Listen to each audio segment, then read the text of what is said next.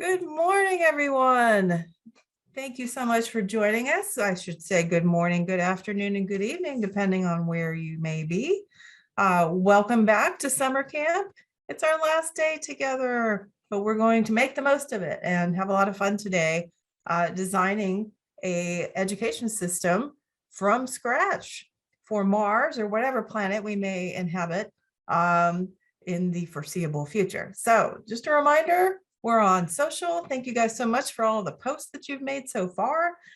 We've been loving the activity all over the internet. So you can find us at Shaping EDU on LinkedIn, on Twitter, and on YouTube. And a reminder that Elisa's amazing graphic summaries are going to be posted on our LinkedIn page, and you can see some there now. And we'll also link to some of the cool things that we're talking about over these next 3 days. So, reminder of our code of conduct, please be respectful of each other, be empathetic. Everyone's coming from a slightly different place, looking at things through a slightly different lens. So please be respectful of that and be free. So if you're not feeling it, whatever session you're attending, feel free to jump to another and see if that's a better fit for you. So you have the ability and the freedom to do that.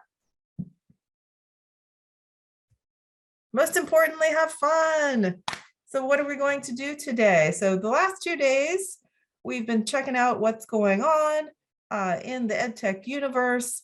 And prior to this event, we sent out a quick ask of what's going on in EdTech in your world. And we'll talk about that a little bit more in a minute. But we have 3 teams that will be forming today. One is focusing on curriculum, pedagogy, and assessment. The second is focusing on learning environments of the future. And the third is focusing on leadership and culture. So think about which team you'd like to join. And again, if you join a team and it just doesn't seem like a good fit for you, feel free to skedaddle out of there and get into another team. There's a lot of fun to be had on all 3 teams. So find the one that works best for you. So as a quick reminder, we did ask the community, the Shaping EDU community, for input before we started this event, just to kind of see where everyone's head's at, take a temperature read of what's going on in the world. And the question we asked was, if you were to design an education system from scratch, what topics would be important to address? So we considered the 3 team categories that we've set up, and lots of great feedback in there. And if you didn't get a chance to go to input your thoughts, you can scan this QR code real quick, go to the Slido and share your thoughts. And also good reference to have during your team meeting, because you'll be able to see what the community shared with us, and that might help shape some of your projects that you're working on. So without further ado, let's go ahead and have our friends join us that are going to talk about redesigning education from scratch. We're going to chat with the folks from Silver Lining for Learning, and their URL is there on the screen. And if you want to go check out what they're doing, they've got a great wealth of information on there, from podcasts to videos and really cool resources to check out. That group, there's a few more, but who are joining us today? We have Chris Dede joining us from Harvard. We have Punya joining us from ASU, and we have Yang joining us from University of Kansas. So nice mix of folks from the US, and our friends in Australia aren't joining us today, but they are on Silver Lining for Learning. So you can go back and see from a global perspective what's going on. So let's hear from our friends, Chris, Punya, and Yang. Welcome, guys. Thank you, Stephanie. And thank you for inviting us to this session. Let me just see if I can share my screen, which is always interesting. Can everybody see a blank screen? Perfect. There we go. I just sent a message to Young. I think he's getting some coffee, so hopefully he will be here in a second. But without, let me see. Okay. All right, can you see the full screen now? Perfect. Thank you so much. I've been following what's been going on in Space Camp over the last 2 days. Super excited by seeing all the activity and energy that's there. And really, privileged and grateful that you invited us for this session on the last day, where we'll be talking about redesigning education from scratch. We are doing this for the planet Mars. One could argue that we should be doing it for planet Earth, but I get the point. And this is from what we are calling Lessons Learned from Silver Lining for Learning, which is this web series we've been doing now for the past 2 years. And these are the people who have been leading it. You can see myself, Yang Zhao, Chris, and Kurt Bonk. So thank you again. I want to give a little bit of context for how this came to be. So if you push your mind back to February 2020, which either was a million years ago or yesterday, since time seems to have ended up in some kind of a time warp for many of us, that's when we were first hearing of this thing called COVID-19. And those of us who were monitoring, and this is data from UNESCO, showing at that point in February, mid-Feb, just a couple of countries had their schools either partially or completely shut down. And within 2 months, we were in this condition where almost schools across the world had partially or completely shut down. So we went through this unprecedented global educational social experiment that continues even today, right? So it was something like 194 countries and 1.6 billion learners were caught up in this. And we still, in some ways, are living through that. It's around that time that I got an email from Yang Zhao, along with a few other people. And the email was as follows. It said, I'm interested in a thought experiment. What if the coronavirus forces schools to close for more than a year? And I remember sort of rolling my eyes at that statement. And so partially I blame Zhao for the fact that we've been in this thing for 2 years, because I think he's the guy who sort of put this idea out there in the world. And he said, how about we get together and start a conversation, at least amongst ourselves. And in our conversation, we felt that this was an opportunity possibly to see, is this an opportunity to see what innovation and change is happening. And so we started this conversation. First episode was back in March 21 of 2020. A group of us just got together and we decided that, maybe this is a chance for us to start talking to educators, innovators, educational technology people who are working in the grassroots, people who are working in policy, to engage in this conversation. So as you can see, the color scheme and everything had this dark and sort of forbidding look because we were sort of just entering into the coronavirus crisis. And our initial episode sort of focused on innovations during the pandemic. Around halfway through, maybe around a year or so into this, we sort of did a shift in focus because we felt that we were finding things that people were doing, which were actually quite inspiring. And so Silver Lining for Learning hence became a spot for collecting, sharing, learning about new things that people were doing, opportunities that people were seeing, to think about education, to reimagine education, to redesign education in new ways.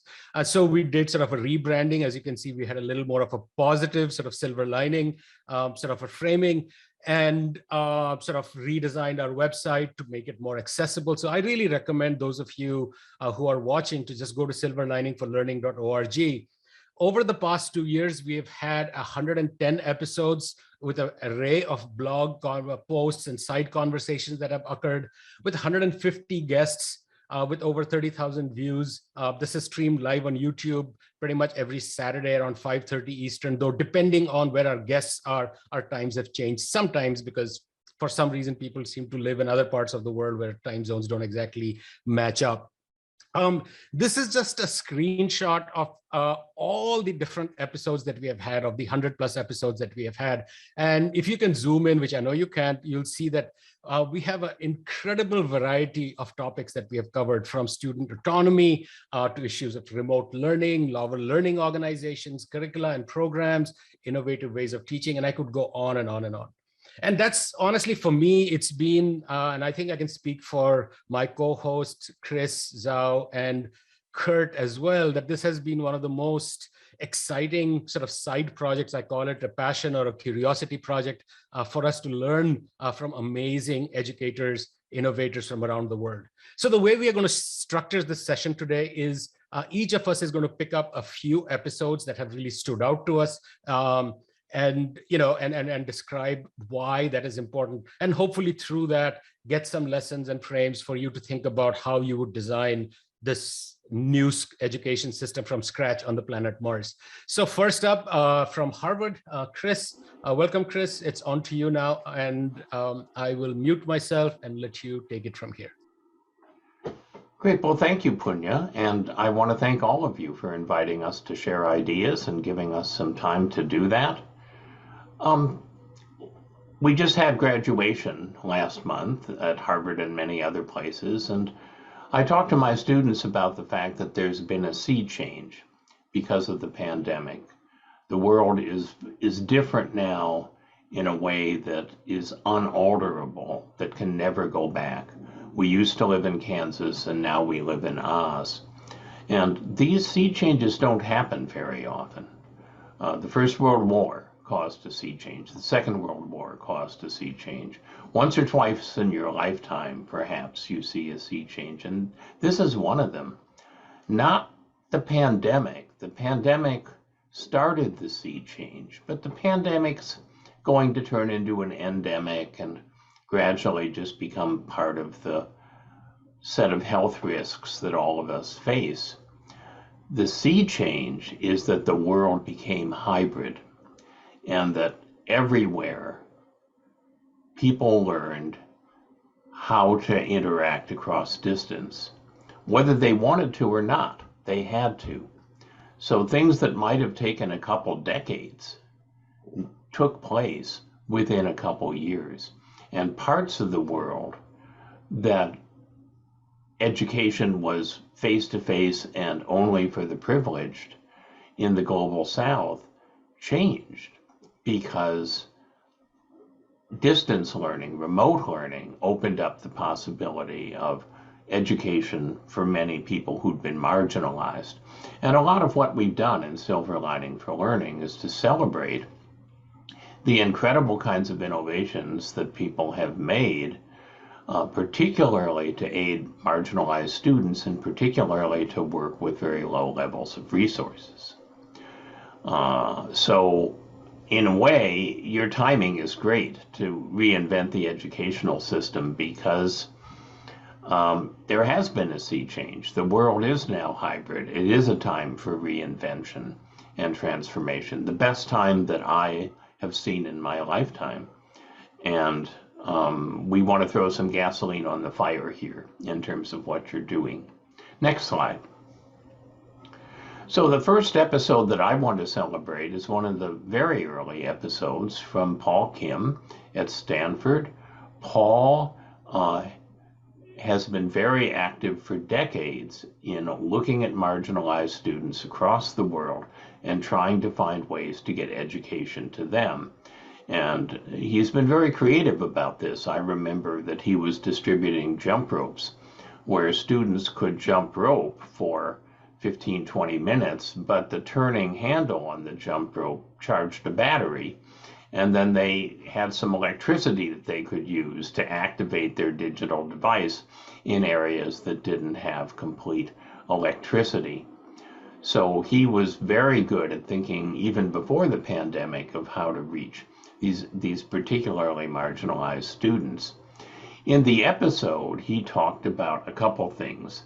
He described an infrastructure that is being used in a lot of schools worldwide that costs about $40 US.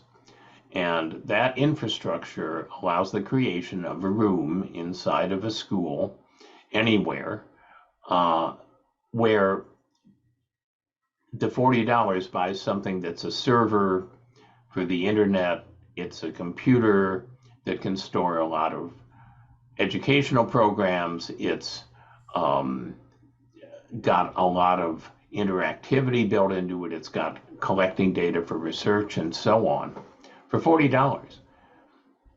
And then he described a program that he has been getting schools to do called Asking Great Questions. Now, this is something we don't think about very much in education, right?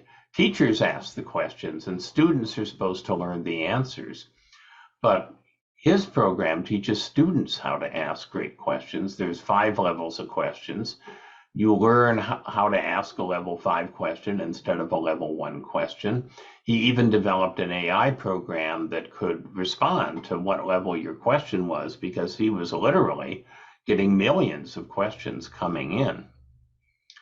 And this, to me, exemplifies something that runs through a lot of Silver Lining for Learning episodes, which is focusing on skills rather than roles. My younger daughter just graduated from college. She has a degree in engineering, so she has a role, but her passion is to help people in the global South countries to better their lives. And if she could have declared a passion rather than a major, rather than a role, she could have gotten an education that spoke to all parts of the passion rather than just the engineering part of the passion. And I think that asking great questions and similar kinds of curricula that really focus on developing a suite of skills rather than a role, based around a passion rather than a discipline, is an important part that you should consider as you think about reinventing education. And what Paul's work in particular reminds me of is you can work hard on doing things better. You can use technology to take our current industrial era school system, or in Harvard's case, our medieval era school system, and make things better with technology, more efficient, more effective, automated. Or you can do better things. And I would urge you to focus on doing better things, and I think episode 7 is an example of that. Next slide. So I also wanted to talk about episode 12, which is a wonderful example of doing things at scale and speaking to marginalized groups.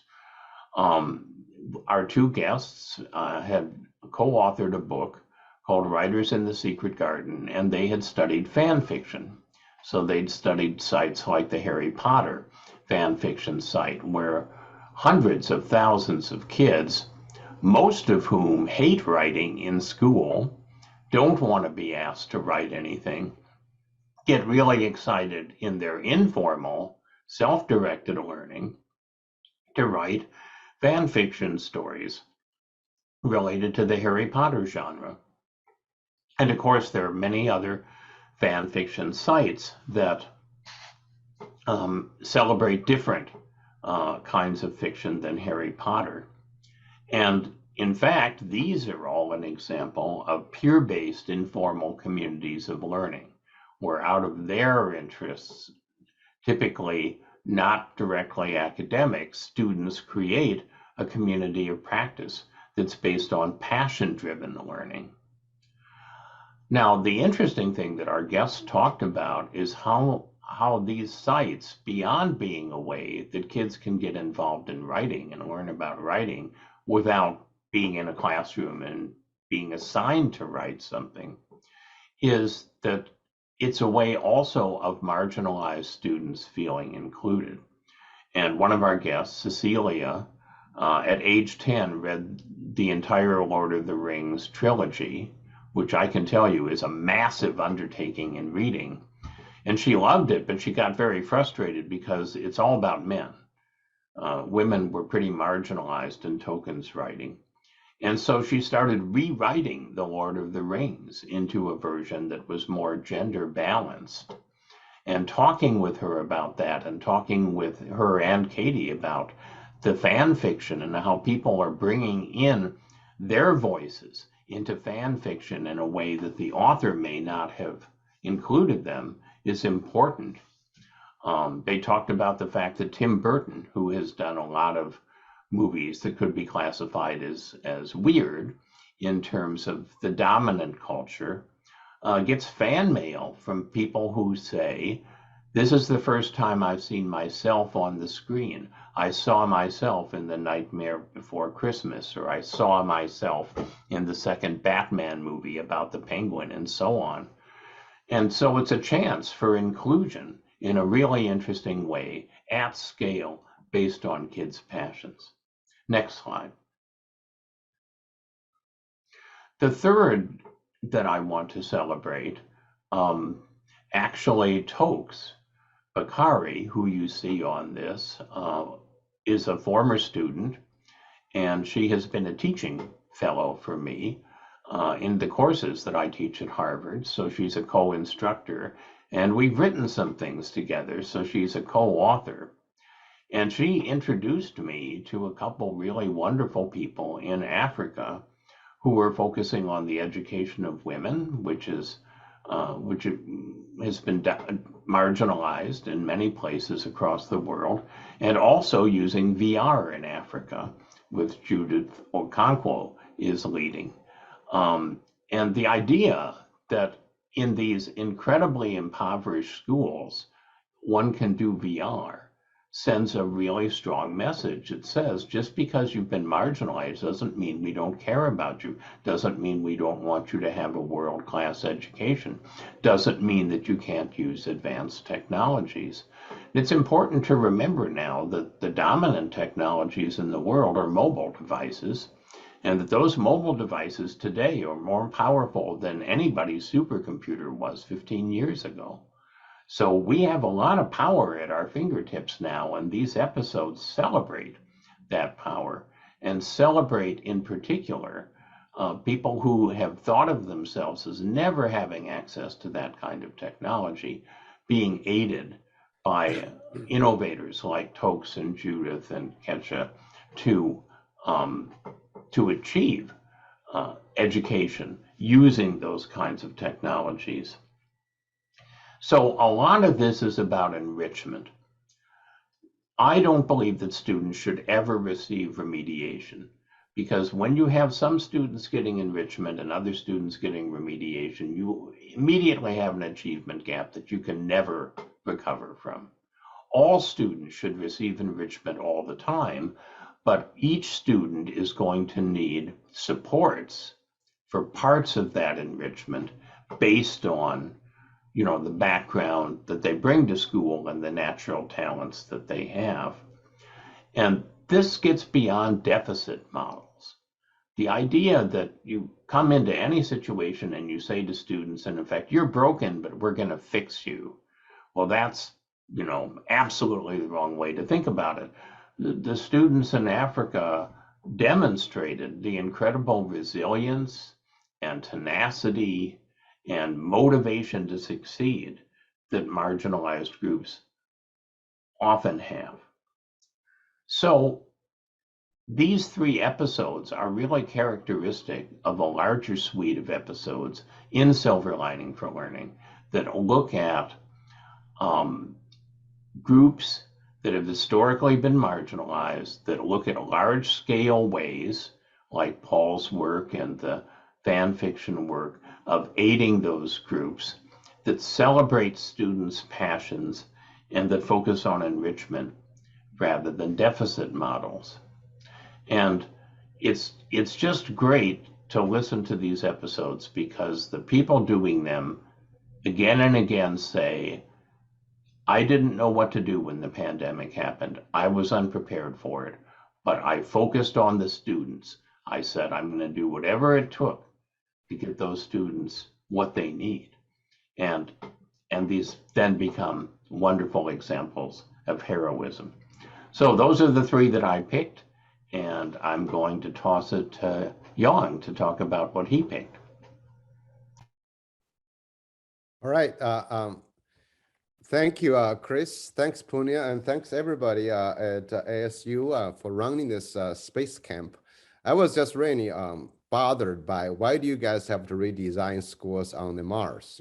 Just really, why not the moon? Why not other planets? I've just really, maybe you guys had money from Elon Musk. I don't know. You're trying to, now he's sending Pip up there. You're trying to send schools up there. That's when you build a school, a good school, people go. That's actually very interesting. So this is fun to think about it. But I have a hard time going to Mars. But however, like Punya introduced, the silver lining issue was really started as a thought experiment, but we were very surprised. Well, we shouldn't be surprised to see the many innovations that started from teachers, school leaders, to students, and to organizations. And the COVID did not necessarily start many of the innovations, but COVID definitely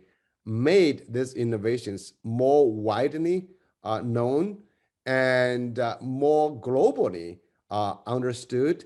So Punya, please go to the first slide. So the 3 episodes I've picked, we start with this one, Embracing a New Paradigm. Dr. Stephen Harris is the co-founder of organizations called Learn Life. It's in essence an educate. I just typed in the web address. It is an educational institution started in Barcelona, Spain. And they are trying to propose personalized learning, a new paradigm of education. And they're truly trying to make the curriculum, make school fit the students' need. And they're talking about lifelong learning as well. So it is not about, learning, in one area, but it's really trying to follow up what some of the chats was talking about, passion-driven, strength-based modeling, and they also emphasize on purpose. So if you get a time, you may want to take a look at this. And right now, I think in education is that the idea of purpose has become very important. Children have purpose. In traditional schools or the traditional education paradigm, we impose a purpose on students. You take the courses, you follow the curriculum, you do the assignments, and hopefully when you graduate, you'll be college and career ready, and then you have a happy life. You might have a chance to go to Chris School, Harvard, which is medieval, like Chris said, but that's the idea.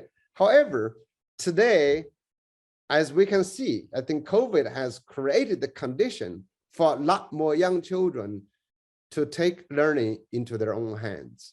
So I think this new paradigm of education is indeed highlighting what the new experience can be. Can students be the owners of their learning? We use agency, we use determination, self-determination to drive that agenda. But today, very few institutions have gone this far as Learn Life, as Dr. Stephen Harris have done. They have done is to allow students to construct their own learning, to follow what's available in the community, to follow what's available globally. So that is a very powerful, and also by the way, Learn Life is trying to spread across the globe. So schools can join them, and actually some parents are talking about joining them. I'm not promoting School Life as the only organization that does that, but that's the episode we talked about. Thank you, Punya. Next slide. Speaking of students, so we have a special episode which really highlighted a group of students from Beijing, China, from Hawaii in the US, from Sydney, Australia. There's students from 7th grade up to high school. And what the students in essence talked about was the freedom they've got during COVID. Was that, their schools give them a lot more freedom. As you know, many of you know very well, in schools, when we went online, when we went to remote learning, we were not sure what to do with schools. Some schools just imposed their traditional schedule on online learning. All students have to line up at 7 o'clock, 8 o'clock with a teacher, and they follow the traditional curriculum. They were just basically repurpose face-to-face into online learning. But students from these schools we've seen have done something different. They allow students, for example, to pick a research project on their own. They allow students to pick a subject they want to study on their own. And this episode highlighted very well the power of students. The students can learn on their own. They can find meaning or do meaningful things in their own ways. And also this has cultivated a sense that students are connected globally, are connected to reality, are connected to modern day life. Not only they are students, they are human beings. So I'm hoping this episode can help all of us as educators to treat students not only as a recipient of the curriculum, of the testing, but as genuine, agentic, self-determined human beings who can do amazing things when given the freedom and support. Next slide, please. And connecting all of this, this is another very exciting episode. Connecting all of this is an organization called Global Online Academy. Again, this organization existed before COVID, but they did a lot more business during COVID. The organization started with a group of private or independent schools across the globe. And this organization, in essence, had two purposes in the beginning, was that students, no matter which school the students are in, they do not have enough resources to pursue their personalized learning. So just imagine your school. No matter how hard you try, you cannot offer all the courses or educational experiences you want. So one of the things to do, this private schools, they're all quite elite private schools, started by saying, why can't we work together?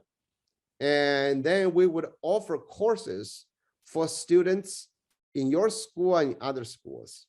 A second purpose was to have teachers to learn how to teach better online.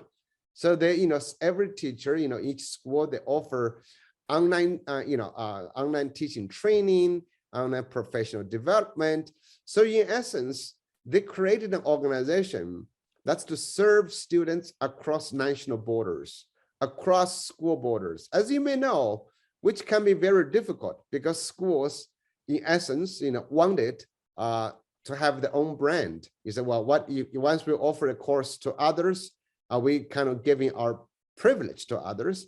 Also, at the same time, maybe our students take a lesser quality course from others. They negotiated, that worked out very well. And so students from different campuses take the same course and taught by teachers, and they have some amazing experiences. And this global online academy, we had students, we had the leader of the online academy, we had one of the board members, and they shared about the excitement that can happen when students break out of the borders of their own learning, of their own learning organization. So learning today has truly escaped institutions. And learning today is global. Learning today is online. This is just one example of a school, of a group of schools that have organized. Any school can do this. Any school can participate. So I'm hoping what this lesson is for all our educators to think learning is global. Learning can go to the Mars, and learning definitely can go to other countries. And our next generation of students at this moment has to struggle with the globalization. As you know, globalization at this moment is being redefined. It's been fought over by big powers and small powers. But our students will have to live in a globalized world, whether we like it or not. And we better learn how to renegotiate that from the get-go. So thank you, Punya. That's great. That's my 3 episodes. Thank you, Zhao. I'm Punya. I'm at Arizona State University, excited to be here. My interests have always been in the space, sort of similar to what Chris and Zhao talked about, but thinking about how we design systems that are resilient, systems that can take challenges such as the COVID crisis or anything else that might come along and respond to them sort of in ways that that still value learners and their goals, their interests, and their passions. So of the 3 episodes, actually, I'm going to talk a little bit more than 3 because one of our other co-hosts, Kurt Bonk, couldn't make it today because he's presenting at a conference in New York at the same time. So the first one that I'm going to talk about is episode 10 back in 2020 in May. This is Dr. Sean Lesher, who I should also add is a proud graduate of our EDD program at the Teachers College with a dissertation that won an AERA award. But he is he is also the head of Urban Discovery Schools. And what was interesting about this episode is Sean talking about how they have managed to create a learning organization, an organization that is always actively involved in action research. He sees everybody in that organization, whether they be faculty, whether they be staff, whether they be students, as continually interrogating their practices, bringing a design-based approach to everything that they do. So when all the schools across California were shut down, they got this news on Friday. One of the only schools that started up next Monday was the Urban Discovery Schools. And part of it was this commitment, this sort of moral commitment to the needs of the learners. Another thing that Sean talked about, which really stood out for me, and I think to all of us, was that in many cases, and Chris, you have talked about this in some of our episodes, that when COVID first hit, many schools or districts or organizations sort of put their head in the sand and said, where are the instructions for what I'm going to do next going to come from? Or they said, who are the ones that we can reach? Who are the students who have laptops? Let's get to them, and then we'll worry about the more marginalized, the more disadvantaged, the second language learners, as and when we can cover that up.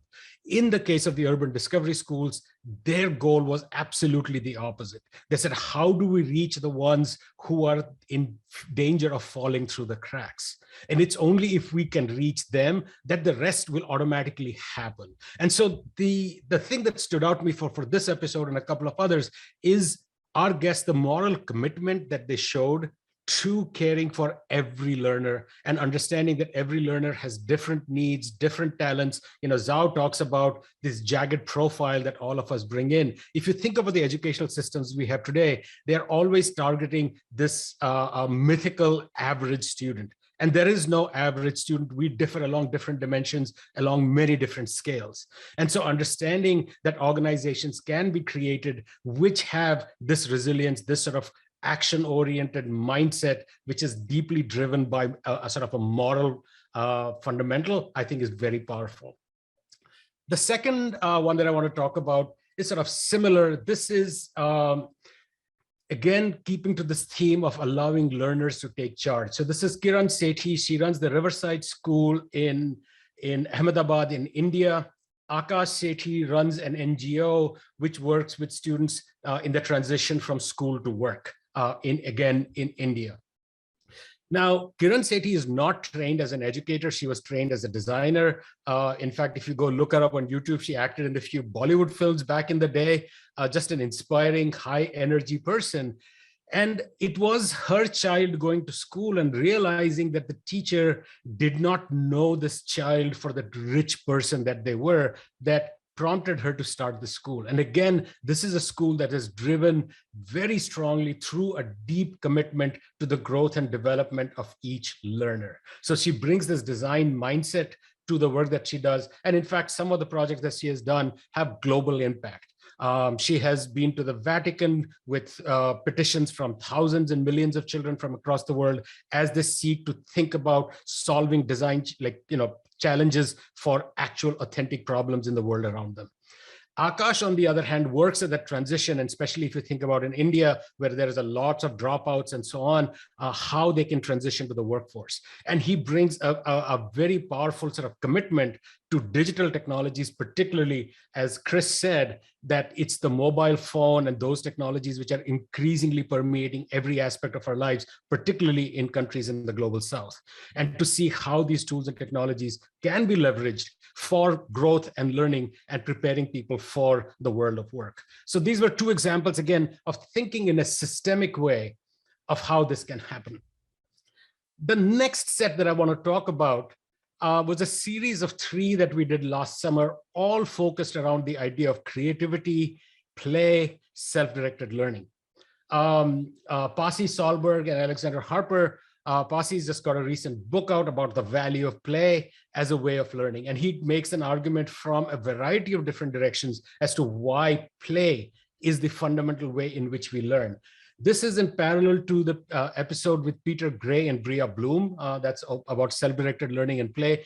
Peter Gray is an interesting person. He was trained as an evolutionary biologist, ended up studying how different cultures across the world learn. And what he argues is that play is the way that evolution is designed for us to be learners. And the fact that more and more in schools, we have scripted curricula, we have a fixed set of steps that students would go through lockstep as if they would all develop in the same way. But rather that to him, that is anathema to the way we are evolutionarily designed, that the way we learn is through play, is through exploration. And that was again sort of seconded by Vlad Glavino and Edward Clapp, who were talking about this idea of participatory creativity, which again, I think resonates with the point that Chris made earlier around this peer-driven communities of practice, that how do we get this play to become systemic within educational systems is some of the things that they talk about. And the final example I want to give, and this is sort of, again, echoes the point that Zhao made where he talked about the students from 3 different countries. This is a group of high school students. Actually, they range from upper middle to high school students in Nepal. And this is where I think the influence of a single teacher becomes so important. So one of the persons on the screen, Bauman Ghimre, he found out about this new thing called MOOCs. And he felt that some of his students might be interested in it. And he started sort of recruiting them to try these out. And many of the students took those MOOCs in order to learn English. That was their goal. And of course, we are talking about remote areas of Nepal, where electricity is at a premium. There are days when you don't have electricity, let alone the internet. And these kids, and we had kids on that show. And if anybody wants to watch an episode which is like deeply inspiring, I would really recommend this one. Kids talked about how their parents were worried that these guys were playing video games all along, that they were not really learning, how they would have to go to the internet cafe and download the entire curriculum when the internet was available so that they could study at their own pace. And what is most inspiring is that one of the girls talked about how, because of these classes, she's interested in mythology and in writing, has started taking in that. Another student demonstrated, showed an interest in astronomy, so is taking now MOOCs on astronomy. And so some of the themes that, you can see that we've already talked about student autonomy, about giving opportunity, about allowing them to follow their passions, and providing space for them to play, I think becomes an important component of what we talked about. So I know we are at 8:43. I want to have some time for Q&A, but I want to just summarize a little bit sort of lessons learned from this. So one thing is clear. I mean, every episode that we have, all of us come out of it deeply impressed by the passion, vision, persistent purpose, and commitment that our guests show. Each and every one of them in their own way has found a space where they can, quote unquote, play and question assumptions that we have made about education and learning, and always driven by a deep moral commitment to each and every learner. This whole thing that purpose-driven learning of going beyond sort of a deficit model towards sort of an enrichment model is something that stands out for all of them. So that was something that I thought was be important to highlight. These are things that we've already talked about, which is emphasize student autonomy and self-determination, that too often students are told you have to, how many times have we been told, just believe I will find this useful, right? That's what we are told all the time in school. And that what we are seeing is that when students are given an opportunity to explore their own passions, their own talents, given the freedom to play and learn, that they actually end up learning all that and much more, and are more committed to the learning. And that learning and these systems that we have cannot be in isolation. Very often when I hear about sort of some of the jargon now or personalized learning, it is typically one student sitting in front of a computer and the computer is sort of deciding, based on their interaction, that its learning is being personalized. I think that is completely the wrong way to go, because we are a social species, that we learn when we are together in these communities. And I think this and the work that all of you guys are doing as a part of Shaping EDU, as a part of the Space Camp, is building that community. So I think that's a very important piece. And finally, there is never going to be any end to education. There is never going to be any end to the innovation that we can do. And so that's why sort of systemic, sustained creativity and innovation becomes a critical part of it. And so looking ahead, I just want to make a plug once again, if we haven't done so already, for Silver Lining for Learning. Please go to the website. There are, like I said, everything that we do is freely available. We have courses and faculty who are using this in their classes. If you want more information, drop us an email. We are very responsive. This has been the greatest unfunded project that I've been a part of. And if you'd have asked me, like I said in the beginning, that we'd be doing this 2 years on, I would have laughed at you. But here we are, 110 episodes, and truly inspiring and educational for all of us. So now we are off to Mars. And I think that as we think about the project that you're going to be working on later today, I think it's really important to remember that there are many reasons for the global challenges we face today. And key among them has been a failure to imagine what education can be.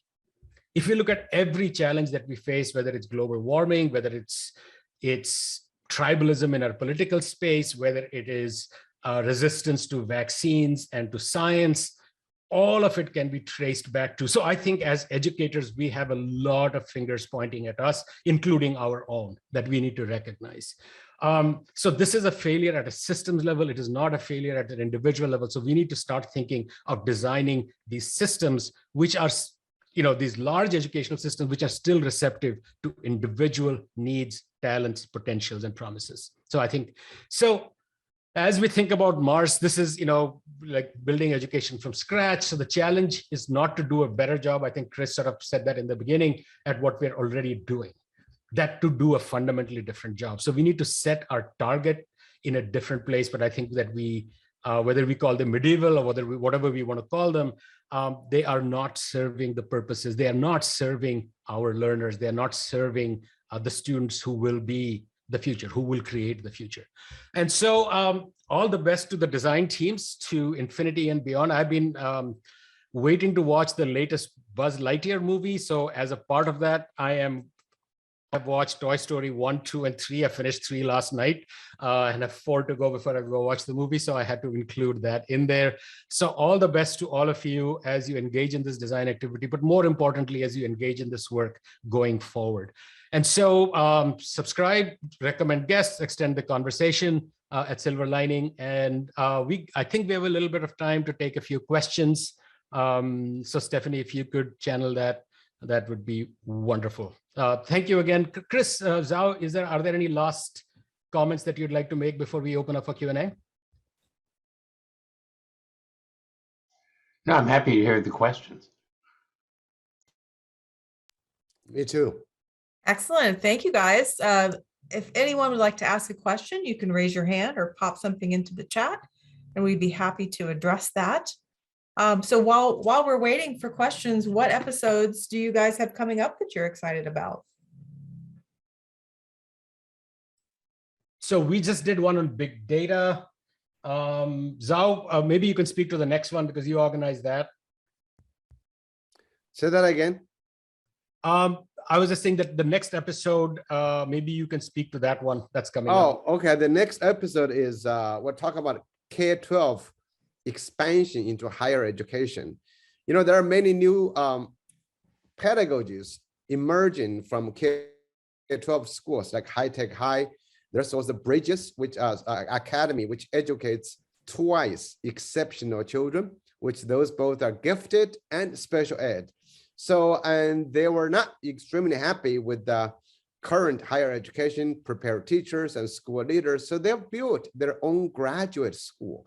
So that's really, we want to talk about that. That's a very interesting phenomenon to say K-12 schools building their own graduate school. And that's our next episode. We'll just be talking with the leaders of the graduate school about why they did it, how they did it, and how the students are experiencing that. Thank you. I should also add that, there are so many episodes that we had that we could not talk about today. We have a whole series of episodes around globalization and learning. which happened recently. We have a whole series of episodes around sort of the rise of MOOCs and open learning resources.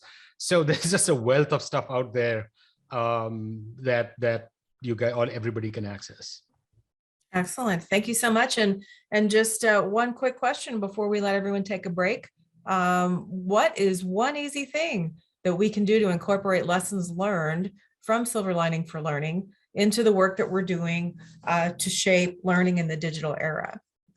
Just one quick thought. So I can say something and then Zhao, Chris, you can jump in. So I think the biggest thing is that there is no one lesson. I think if anything, Silver Lining for Learning has showed us is that there are going to be multiple futures. The future of a child growing up in Phoenix, Arizona is going to be very different from the context and lives of somebody in Botswana or Bangladesh, right? So there are going to be multiple futures. So I think there are going to be many lessons to be taken away.